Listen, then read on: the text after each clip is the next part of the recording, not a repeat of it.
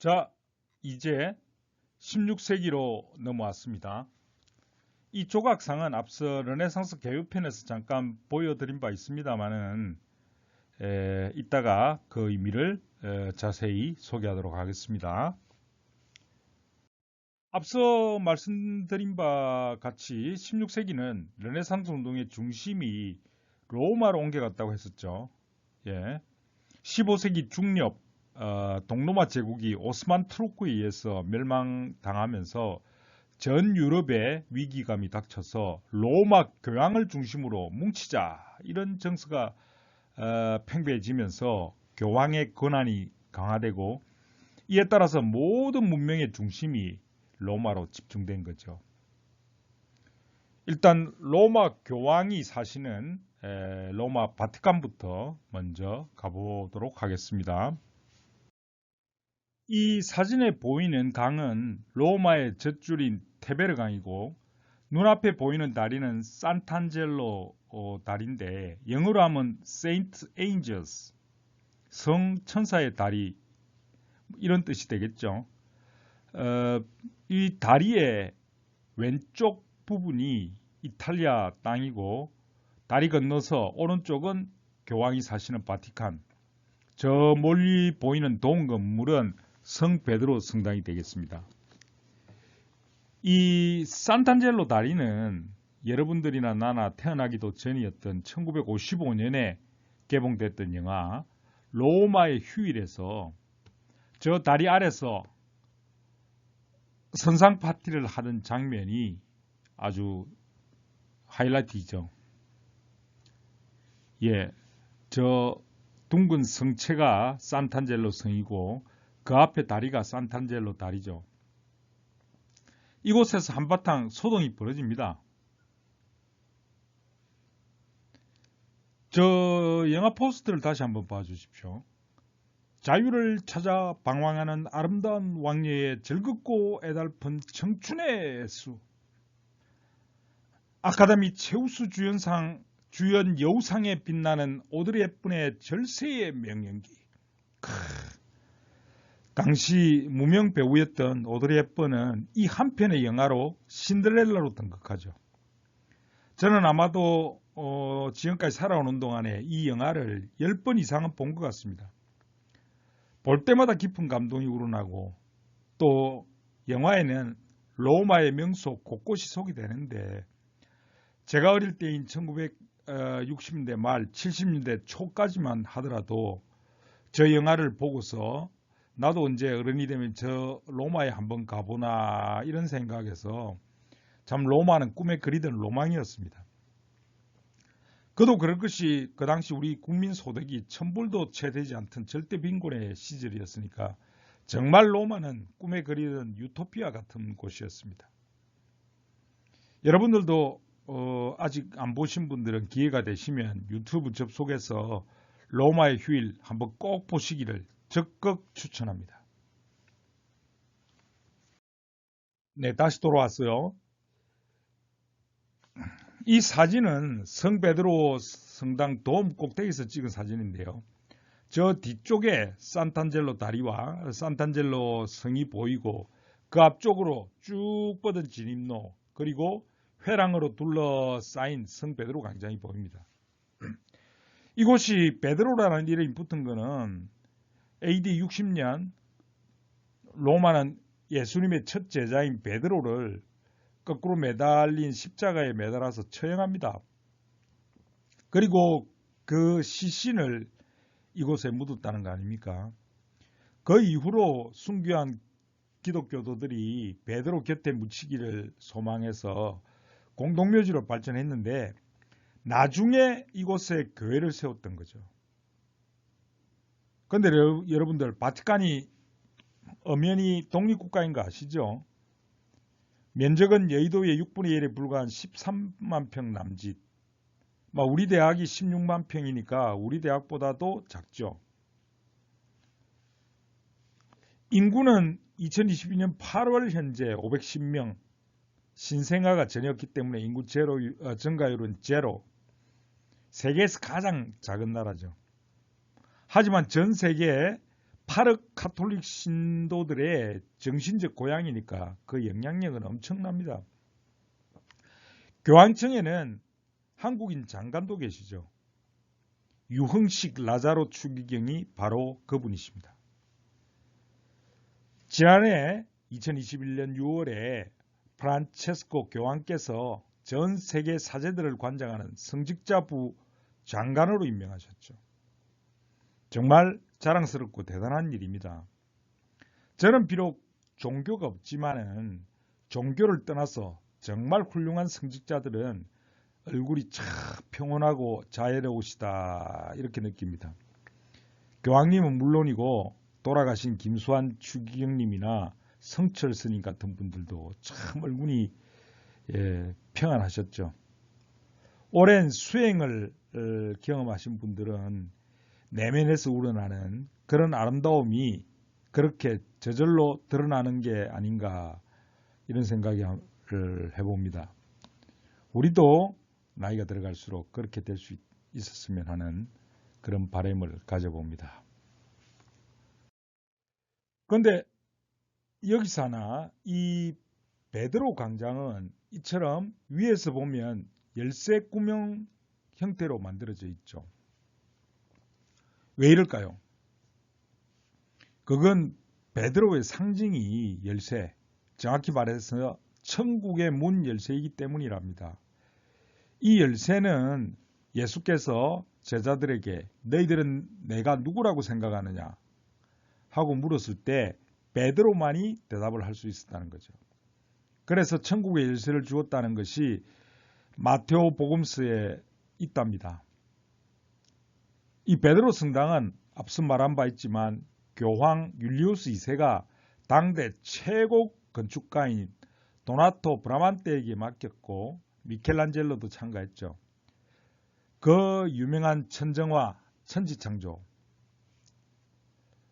그리고 조각상 피에타가 바로 그 작품입니다. 그런데 한창 공사가 활발히 진행되던 1513년에 율리우스 2세가 갑자기 돌아가시고 그 이듬해 브라만테마저도 사망하는 바람에 당초 계획이 크게 축소되면서 지금의 규모가 됐다고 하죠. 이제 베드로 성당으로 가봅니다. 정면에 성 베드로 대성당, 이태리 말로는 산 피에트로 대성당이라고 하죠. 가까이 가면 광장과 오벨리스크도 보입니다. 제가 방문한 때가 2016년 7월이었는데요. 마치 무슨 행사가 있었는지 바닥에 특별한 장식이 되어 있었죠. 광장 한가운데 서 있는 저 오벨리스크는 기원전 2000년경에 이집트 제12왕조 때 만든 거라는데 기원전 1세기 말 이집트 총독이었던 갈루스가 알렉산드리아로 옮긴 거를 로마 폭군의 대명사인 칼리굴라 황제가 여기다 갖다 놨다는 것도 함께 알아두시면 좋겠습니다.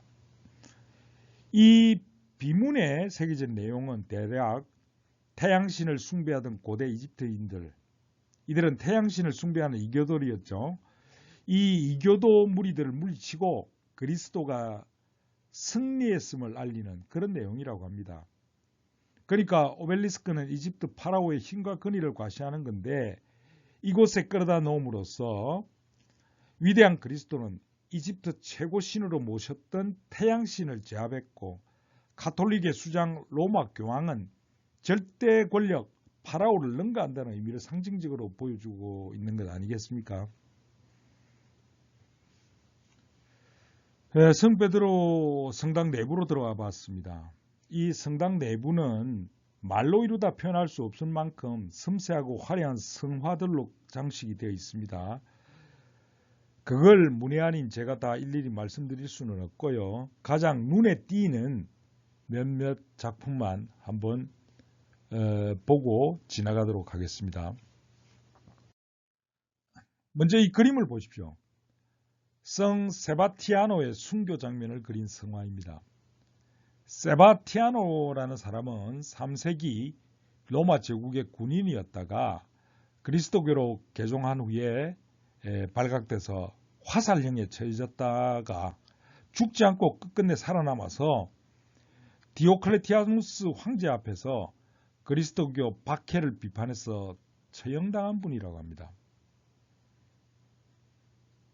그 아래는 요한 바오로 2세의 시신을 안치한 관이라고 하고, 이 성화 양쪽에는 20세기 제작된 교황의 동상 2개가 있는데, 지금 보이는 왼쪽 동상은 비오 12세고 또 그 맞은편에 반대편에는 비오 11세가 서 있습니다. 이 두 분은 2차 세계대전 당시에 나치에 반대했던 교황들로서 그 의로운 마음을 기려서 동상을 제작했다고 합니다. 성 베드로상입니다. 바로 이 성 베드로 성당의 주인공이라고 할 수 있죠. 13세기 아르놀포 디 캄비오라는 건축가 겸 조각가였던 인물이 제작한 것으로 알려져 있습니다. 왼손에 열쇠를 들고 오른손을 세운 채 의자에 앉아 있는 모습입니다. 이 청동상은 이미 중세 때부터 유명세를 탔기 때문에 오랜 세월 동안 대성당을 찾은 수많은 순례자들이 베드로의 오른쪽 발에 입을 맞추고 손으로 만지면서 기도하기를 수도 없이 반복하다 보니 오른발은 반질반질하게 윤이 나 있습니다. 제가 갔을 때는 무슨 행사가 있었는지 황금 모자가 입고 쓰고 계시고 황금빛 가운마저 입고 계셔서 가까이 갈 수 없도록 검줄을 둘러서서 만져보지는 못했습니다. 또 청동상의 배경에 있는 벽면 무늬는 카페트나 벽지처럼 보이지만 벽지가 아니고 저거 일일이 다 모자이크로 만든 장식이라고 합니다. 베드로는 무슨 뜻인지 아시죠? 예수님의 첫째자 베드로는 예수께서 지어주신 이름이고 본래 본명은 시몬이었답니다.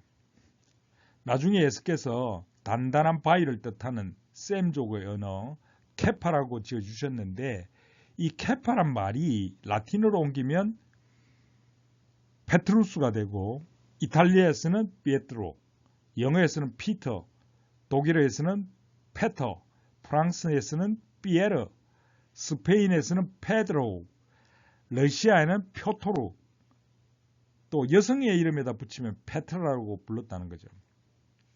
그러니까 케파든 피에트로든 피에르나 피터, 페트, 피에르, 표토로, 페트라 모두 다 같은 의미고, 우리말로 하면 단단한 돌, 즉 반석입니다. 그래서 우리나라 교회 이름 가운데 반석교회라는 이름이 많고 사람 이름에도 반석이라는 이름이 많습니다. 심지어는 기독교 집안이었던 북한 김일성의 생모 이름이 바로 강반석 아닙니까? 아무튼 이 성당 이름이 베드로 성당인 만큼 이 성당의 주인인 베드로를 초대 교황으로 여기고, 그로부터 계통이 쭉 연결돼서 현재 로마 교황인 이 프란치스코 성하께서는 제 266대 교황이라고 합니다. 다시 피에타상을 보겠습니다. 이 피에타라는 말은 이탈리아 말로 연민 혹은 자비, 동정심을 뜻하는데, 성모 마리아가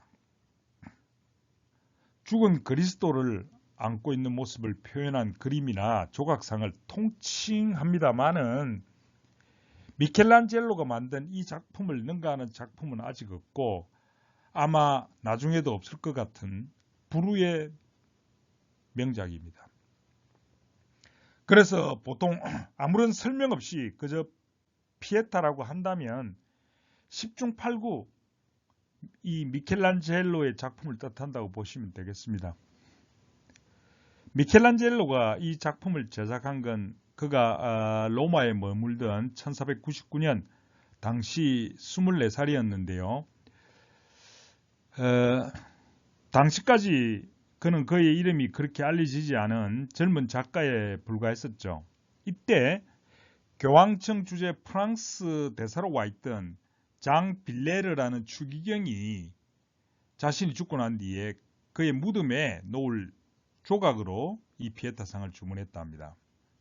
하지만 이 추기경은 작품이 완성되기 전에 일찍 사망하는 바람에 미켈란젤로는 보수를 제대로 받지 못했다고 하죠.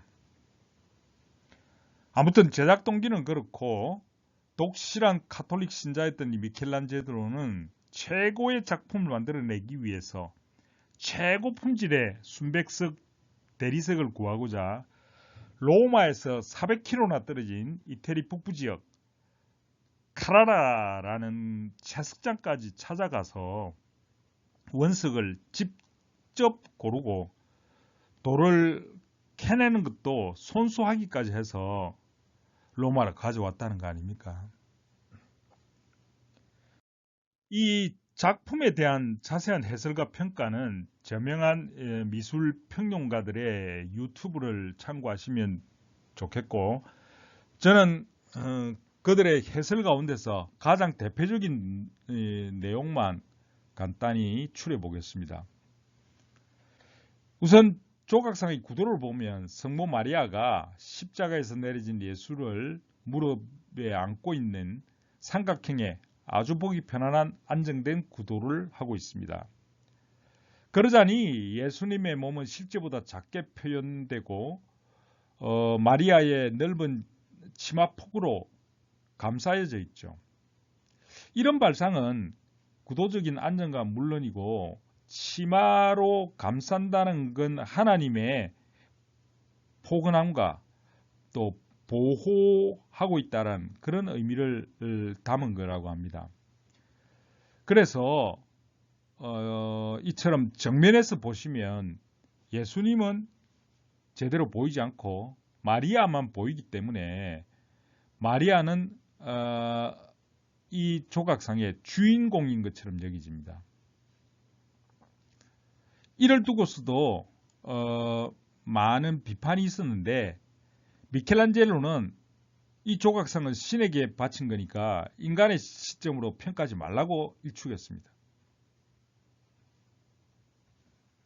그래서 이 작품을 하나님의 시각으로, 즉 하늘에서 내려다본 모습입니다. 이렇게 보시면 성모님은 보이지 않고 예수님의 모습만 보입니다. 어떻게 이런 생각을 할 수 있었는지, 이런 발상을 보면 진짜 미켈란젤로는 천재라고 하지 않을 수가 없죠.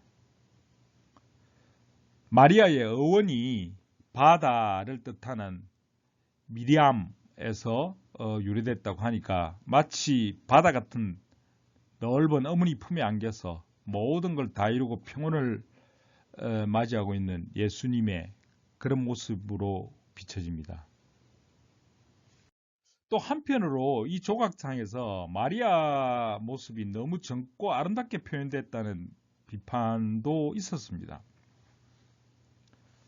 사실 마리아는 당시 50대 중년의 나이였음에도 불구하고 아주 앳된 소녀 모습으로 표현되어 있죠. 하지만 이에 대해 미켈란젤로는 원죄 없이 태어나신 성모 마리아의 성스러움은 그 자체로 젊고 아름다운 모습으로 표현한 것이다. 이렇게 한마디로 반박해버렸습니다. 이런 모습을 과거에 만들어졌던 피에타상과 비교해 보시면 미켈란젤로의 작품이 얼마나 대단한지 더욱 확연히 느낄 겁니다. 왼쪽은 근 100년 앞서 만들어진 피에타상이죠. 예수와 마리아의 실제의 나이와 신체적 특성이란 사실에 근거해 보면 100년 전의 것이 훨씬 사실적이죠. 하지만 참담함과 깊은 슬픔은 느낄 수 있을지 모르지만 예술적이라는 생각은 별로 들지 않습니다. 이런 부분이 르네상스 미술의 한 특징이라 할 수 있겠는데요. 중세 때는 인간에 대한 이해나 예술성은 그다지 중요하지 않습니다. 다만 성경에 기록된 사실에 근거해서 얼마나 충실하게 신앙적으로 표현해냈는가, 그게 최대 관심사였던 것이죠. 그리고 더욱더 놀라운 것은 그의 조각 솜씨입니다. 마리아의 치맛자락을 표현한 저 섬세한 무늬결을 보십시오. 어떻게 돌을 조각해서 저렇게 부드럽고 유연한 곡선을 표현할 수 있는지, 심지어 예수님 손등의 핏줄까지 실물 같은 느낌으로 표현했습니다. 더 자세히 보시면 손등에 박힌 못자국까지 표현합니다. 이토록 섬세하고 생생한 핏줄과 뼈, 그리고 근육, 이런 표현이 가능했던 건 사람 몸에 대한 해부학적 지식이 없다면 불가능했을 건데, 그렇다고 하더라도 연필로 스케치하기도 힘든 저런 디테일을 어떻게 딱딱한 대리석을 깎고 다듬어서 표현할 수 있었을까? 정말 말문이 턱 막히고 숨을 쉴 수 없는 지경입니다. 정말 미켈란젤로는 천재입니다. 근데 이 불후의 명품도 몇 차례 테러를 당했습니다. 가장 큰 피해를 본 거는 1972년 5월 21일 어떤 한 정신 이상자가 휘두른 망치에 손상을 입었던 사건입니다. 이자는 나는 부활한 예수다. 부활한 예수에겐 어머니 따윈 필요 없다. 라고 외치면서 조각상을 마구 부수려고 했던 거죠. 가까스로 큰 피해는 막을 수 있었지만 깨진 조각들을 일일이 찾아내서 간신히 보수했습니다. 그 뒤로는 이런 불상사를 막기 위해서 관람객으로부터 5m 떨어진 곳에 방탄 유리로 보호하고 있는 것입니다. 여기 하나 더 재밌는 에피소드를 대해볼까요? 마리아께서는 어깨에 저렇게 띠를 두르고 계신데요. 여기에 뭐라고 새겨져 있냐면 대천사 미카엘의 영감으로 피렌체 사람 미켈란젤로 보나로티가 만들었다. 이렇게 새겨져 있습니다. 이건 미켈란젤로가 처음부터 새긴 건 아니고 나중에 새긴 겁니다.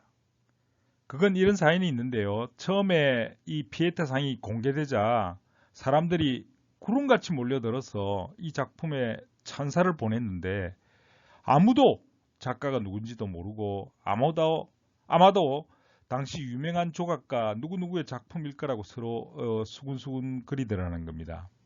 그걸 듣고 있던 미켈란젤로는 점점 화가 나서 밤중에 몰래 성당으로 숨어 들어와서 자신의 이름을 새겼다는 거죠. 하지만 그날 성당에서 돌아오는 길에 우연히 바라본 아름다운 밤하늘 풍경을 보고서는 하나님께서는 이렇게 아름다운 작품을 만드시고도 자신의 이름을 새기지 않으셨는데 내 따위가 이런 짓을 하다니 하고 크게 후회를 한 뒤 그 이후로는 자기 작품에 서명을 하지 않았다고 합니다. 물론 믿거나 말거나 한 전설적인 얘기이긴 합니다만 정말 위대한 예술가는 한 성깔 하는 그런 개팍스러움과 동시에 섬세한 감성을 가지고 있다 할 수 있겠습니다. 네, 바티칸을 지키고 있는 스위스 근위대 모습입니다. 지금은 스위스가 영세 중립국으로서 의약품과 정밀 산업이 발달하고 관광으로 먹고 사는 부자 나라지만 옛날에는 국토가 온통 산지라서 농사 짓기가 어려워서 산속에 숨어 살던 화적대나 다름없었죠. 그래서 스위스 사람들은 먹고 살 길이 없자 주변국의 그 전쟁에 출전해서 목숨 걸고 대신 싸워주는 용병으로 나가서 월급 받은 돈으로 집에 보내주면 그걸로 근근히 먹고 살았다는 겁니다. 원래 산속에 숨어들어서 살던 산적들이니까 아주 용맹스러웠겠죠. 하지만 이 스위스 사람들이 용병이 된 것은 그 유래가 15세기까지 거슬러 올라가는데 로마 교황청 수비를 스위스 용병들이 전담하게 된 계기는 이렇습니다. 1527년 신성 로마 제국 가톨릭 5세가 로마로 쳐들어왔을 당시에 당시 교황 클레멘스 7세가 비밀 통로를 통해서 간신히 바티칸을 빠져나가서 피싱하는 동안에 189명의 근위병 가운데 근위대장을 비롯한 147명이 로마 제국 군대에 끝까지 저항하다가 장렬하게 모두 다 전사했다는 겁니다. 교황이 이미 빠져나갔기 때문에 항복을 해도 별 문제가 없지만은 이 사람들은 신의와 충절을 지키기 위해서 저는 옥세했던 겁니다. 게다가 나머지 이 40여 명의 근위병은 끝까지 교황 것을 지켜 충성심을 인정받게 됐죠. 이때 이후 교황청 수비는 스위스 용병들이 맡게 된 건데 그 이후로도 나폴레옹 군대가 쳐들어왔을 때도 교황 피우스 6세를 위해 용맹하게 싸우다가 대부분 다 전사했고 2차 대전 당시에 히틀러가 로마로 진격해 왔을 때도 끝까지 저항을 해서 독일 군대를 물리치고 바티칸 진입을 막아냈다고 합니다. 스위스 근위대의 근무복장은 또한 화려하기로 유명합니다. 르네상스풍의 파란색, 빨간색, 주황색, 노란색의 컬러풀한 복장이 타조 깃털을 꽂은 채 입고 있는 이 제복은 미켈란젤로 작품이라 알려져 있는데 꿀벌을 연상케 하는 이 그 문양은 꿀벌의 충성스러움과 용맹함을 나타낸다는 그런 설이 있습니다. 근데 스위스 근위대 월급은 월 1000달러 안팎의 아주 적은 돈인데도 불구하고 이들의 자부심과 명예가 대단해서 많은 지원자들이 해마다 몰려들어서 경쟁이 아주 치열하다고 하네요. 근데 아무나 지원할 수 있는 건 아니고 그 조건이 있는데 일단 스위스 국적자라야 되고 그리고 가톨릭 신자여야 하는 것은 물론이고 미혼이면서 스위스 군에서 복무한 경력이 있어야 한다고 되어 있습니다. 나이는 19세부터 30세 사이고 도덕적, 윤리적으로도 아무런 문제가 없는 사람, 또 키는 174cm 이상, 신체적으로도 매우 강건하고 또한 학력은 대졸이면서 이탈리아어를 비롯한 여러 나라 말에 능통해야 된다는 거, 이런 조건이 붙어 있다고 하네요. 이상으로 르네상스 정원과 직접 관련은 없지만 로마의 당도한 김에 전 세계 파르 가톨릭 신자들의 영원한 정신적 고향인 바티칸과 성 베드로 성당에 관해서 정리해 보았습니다. 다음 편부터는 본격적으로 이태리 르네상스 정원을 소개하도록 하겠습니다. 감사합니다. 끝까지 관심 가져주시고 많은 시청 바랍니다.